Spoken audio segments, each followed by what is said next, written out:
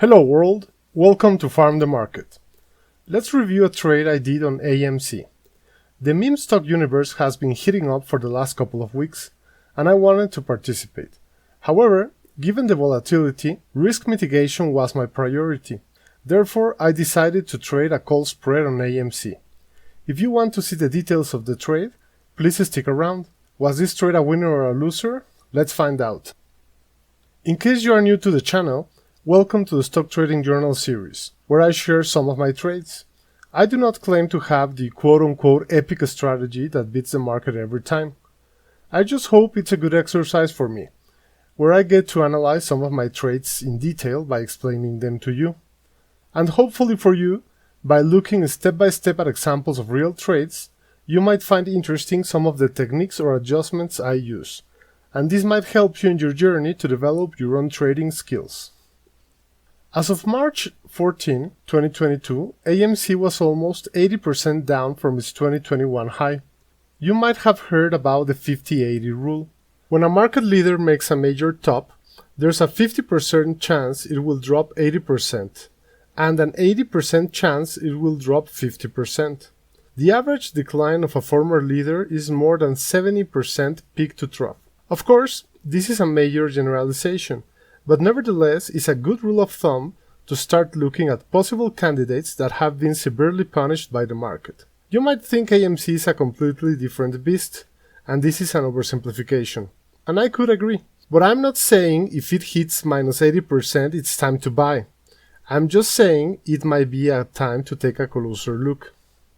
Okay, within that context, AMC seemed to be forming a potential base, knocking several times into the 20 level, but with no success breaking out so far.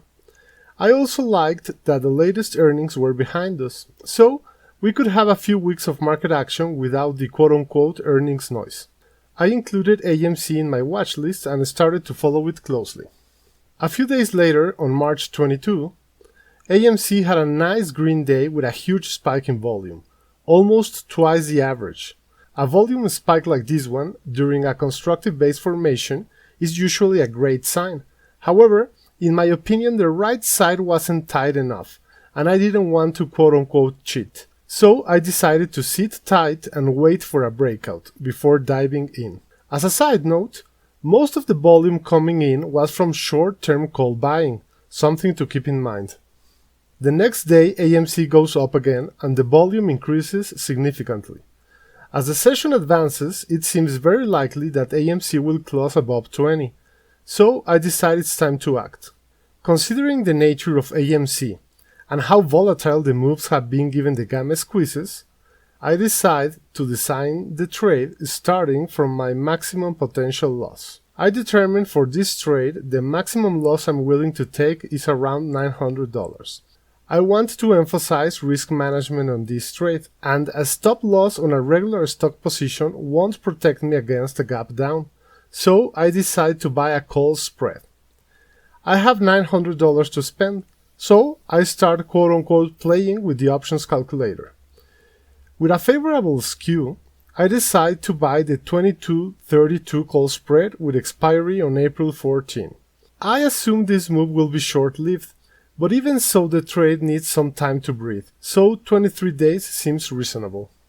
Options cannot be traded on fractional amounts, so I round down and end up trading 5 contracts to form the spread. This means my worst case scenario is losing $800 on the trade. I wouldn't let the spread go to zero if the trade goes against me, but I always start analyzing from the worst case.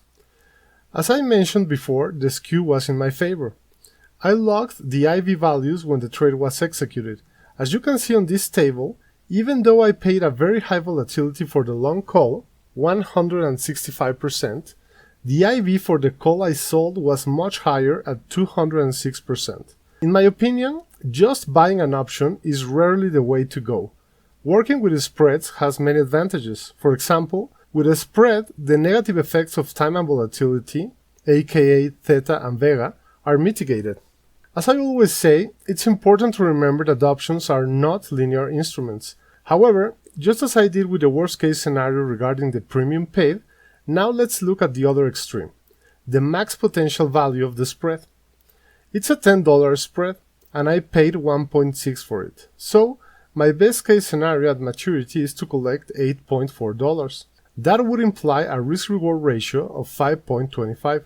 Very juicy. However, this scenario is very unlikely. AMC will have to blast higher and go way in the money very soon. Just as I wouldn't let the spread go to zero in the worst case scenario, I would likely take profits as the spread goes in the money.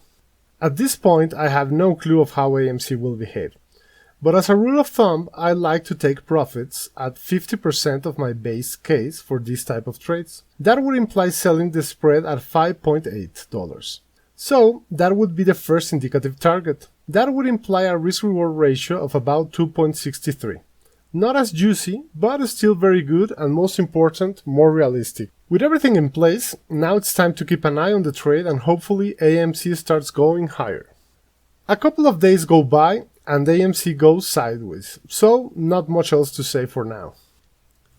On March 28, AMC blasts higher by almost 40%. The volume gets to a new high for the year, and as the close approaches, it's clear AMC will end the session at or very close to the high, which is a great sign. At this time, I regret I didn't trade options with a closer expiration, but it's too late for regrets. Even though it's a massive move for just one day and there's a decent profit already on the table, I decide to wait. I'm aware this move is basically a consequence of the options market. That could go out like a light. But the huge volume and the fact that it's closing near the highs gives me confidence to give it at least one more day. Today, March 29th, AMC blasts higher at the open and then swings back and forth during the session. I decide to close the trade completely and take the profit. I sold the spread at $4. In the end, the actual risk-reward ratio for the trade was 1.5. Not great, but a positive trade is always welcome. Monday morning quarterback time. I got greedy in the morning. Plain and simple. Earlier I mentioned a good rule of thumb for me is to sell at 50% of my best case. At the open, I had a great window of opportunity to sell at that price or even higher, and I decided to wait for a higher price. At the very least, I should have sold 40 or 60% of the position during that window and let the rest play out. It was just a mistake. About the strategy itself, in hindsight, just buying the call would have been much more profitable, almost 3 times. However, the max loss risk was much higher. Even if I assume fractional contracts and fit just a long call position with a similar max loss risk, we must remember that by not selling the call out of the money, the trade will have had a much higher time and volatility risk.